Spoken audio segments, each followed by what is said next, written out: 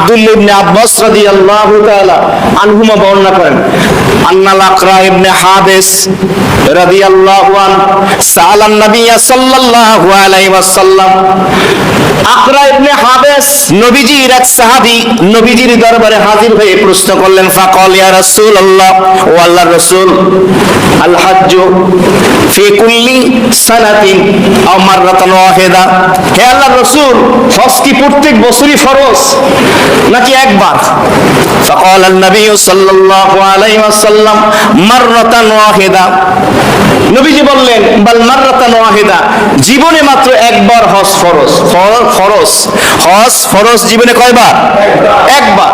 ফামান জাদা ফাহুয়া তাতাউউন, কোন ব্যক্তি যদি একবারের অধিক হজ করে তাহলে এটা তার জন্য নফল হবে। তার মানে প্রত্যেকটা মানুষ যার নিসাবের মালিক হয়, যার উপরে হজ ফরজ হয়, তার জীবনে একবার হজ করা কি ফরজ, আর বাকি যদি অতিরিক্ত আরো সে করে পরবর্তীতে এগুলো তার জন্য নফল হবে। মুহতারাম